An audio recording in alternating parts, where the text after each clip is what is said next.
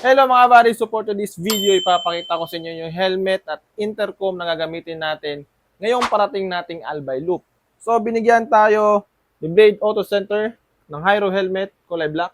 So ito yung gagamitin natin ngayong Albay Loop natin. At syempre meron din tayong intercom from Jabber Motocom na talagang gamit na gamit ito mga buddy sa ating rides para may connection tayo sa ating mga kasama sa biyahe. At syempre hindi magpapahuli dyan ang VS1 Mototech. At ang forma ay si Shoker.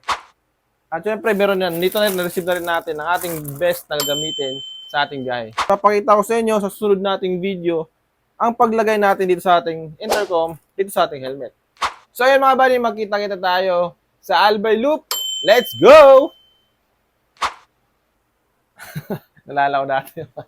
Let's go!